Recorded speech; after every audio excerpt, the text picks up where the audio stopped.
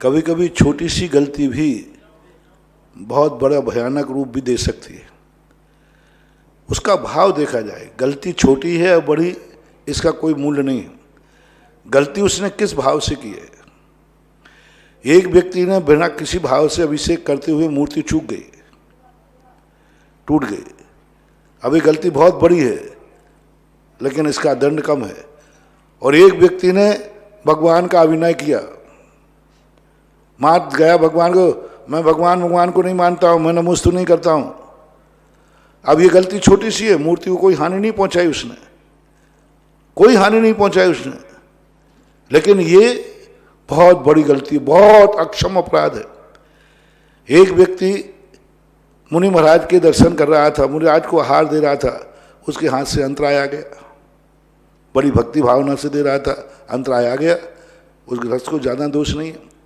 भगवान की पूजन कर रहा था, महाराज की पूजन करते समय अर्घ गिर गया या गलत अर्घ चढ़ गया, या महाराज सामने आए और वो देख नहीं पाया तो नमोस्तु नहीं कर पाया, देख नहीं पाया तो नमोस्तु नहीं कर पाया, तो अपराध कम है।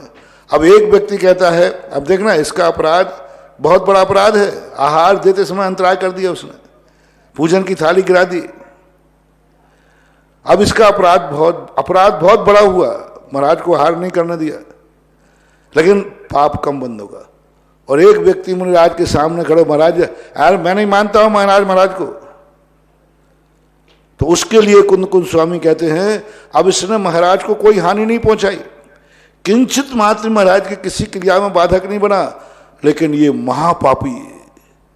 अब देखो, कोई गलती नहीं की, मात्र अकेला भाव किया मैं महाराज को नहीं मानता, तो ये महापापी है। यही कहा, मैं महाराज को नहीं मानता, मैं महाराज को नमोस्तु नहीं करता, दिगंबर मुनि को देखकर मुंह फेर लिया, तो उसने कह दिया कि महापापी है। अब बोलो, अब महाराज को क्या हानि पहुंचाई?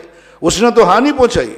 मान लो भैयावृत्ति करते समय कोई उनको नुकसान हो गया, लगाना थी उसको तेल और लगा दी अमृत धारा ठंड में, हाँ हो गई, गलती हो गई, तो भी उसका अपराध बहुत कम लगेगा, बहुत कम लगेगा। और इसने कोई गलती नहीं की, कुछ भी नहीं किया महाराज के लिए, तो भी ये महापापी।